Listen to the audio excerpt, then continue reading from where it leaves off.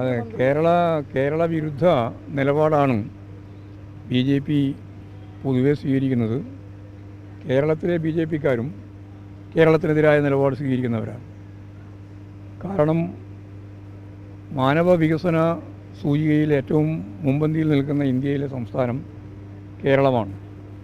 ആരോഗ്യരംഗത്ത്, വിദ്യാഭ്യാസ രംഗത്ത്, അങ്ങനെ വിവിധ തലങ്ങളിൽ നമ്മൾ മുമ്പിൽ. അതുപോലെ പുതിയ പുതിയ രംഗത്തേക്ക് കേരളം കടന്നുകൊണ്ടിരിക്കുകയാണ്. ഹൈഡ്രജൻ ഉൾപ്പെടെയുള്ള നിർമ്മാണ പ്രക്രിയയിലേക്ക്, അതുപോലുള്ള നിരവധി കാര്യങ്ങളിലേക്ക് ഞാൻ ഓരോന്നായി വിശദീകരിക്കേണ്ട കാര്യമില്ല. അപ്പോൾ ഒരു തരത്തിലും കേരളത്തെ മുന്നോട്ടേക്ക് പോകാൻ അനുവദിക്കാൻ പാടില്ല. അപ്പോൾ കേരളം ഒരു ദരിദ്ര കേരളമായി മാറണം എന്നുള്ളതാണ് BJPയുടെ ലക്ഷ്യം. അത് ത്രിപുര തിരഞ്ഞെടുപ്പ് കഴിഞ്ഞപ്പോൾ അവർ പറഞ്ഞിരുന്നു, ഞങ്ങൾ ഈ അടുത്ത പ്രധാനപ്പെട്ട കേന്ദ്രം പിടിക്കാൻ പോകുന്നത് കേരളമാണെന്നാണ്. കേരളം പിടിക്കാനുള്ള ഒരുപാട് ശ്രമം നടന്നിട്ടൊന്നും നടക്കുന്നില്ല എന്നുള്ളതുകൊണ്ട് ഇനിയിപ്പോൾ കേരളത്തെ പൂർണ്ണമായിട്ടും ദരിദ്രമാക്കുക എന്നുള്ള നിലപാടാണ് കേന്ദ്രമന്ത്രിമാരും കേന്ദ്ര ഗവൺമെൻറ് ആകുകയും ചെയ്തുകൊണ്ടിരിക്കുന്നത്. ജോർജ് കുര്യൻ്റെ സ്റ്റേറ്റ്മെൻറ്റ് ആ രീതിയിൽ കണ്ടാൽ മതി. കേരളത്തിലെ ജനങ്ങൾ അതിനെല്ലാം കൃത്യമായ മറുപടി നൽകും എന്ന് തന്നെയാണ് ഞാൻ പ്രതീക്ഷിക്കുന്നത്. കേരളത്തിനെതിരായിട്ടുള്ള ബഡ്ജറ്റ് അവതരിപ്പിക്കുക, എന്നിട്ട് കേരളം എന്തെങ്കിലും ആനുകൂല്യം കിട്ടണമെങ്കിൽ കേരളം ദരിദ്രമാവണം, അങ്ങനെ ദരിദ്രമാവട്ടെ എന്ന കേരള വിരുദ്ധ സമീപനം സ്വീകരിക്കുക. അത്തരം സമീപനം സ്വീകരിക്കുന്ന BJP അതുപോലെ തന്നെ നേതാക്കൾ, മന്ത്രിമാർ ഉൾപ്പെടെയുള്ളവരെ ജനങ്ങൾ കൃത്യമായി മനസ്സിലാക്കി വിശകലനം ചെയ്യും, വിശദീകരിക്കും. അവർ തന്നെ കൃത്യമായിട്ടത് കാര്യങ്ങൾ കാണുന്നുണ്ട്, വിലയിരുത്തുന്നുണ്ട് എന്നാണ് അത് സംബന്ധിച്ച് പറയാനുള്ളത്.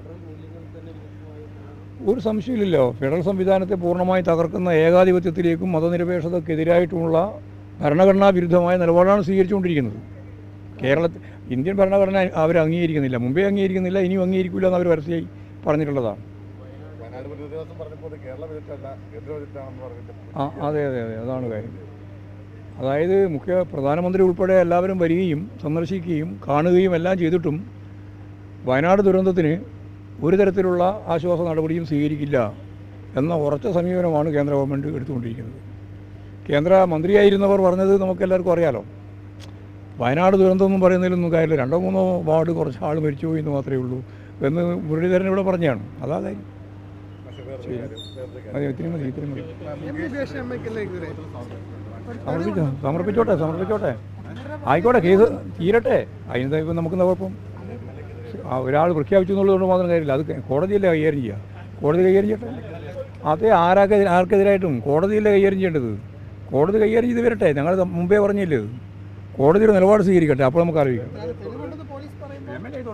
MLA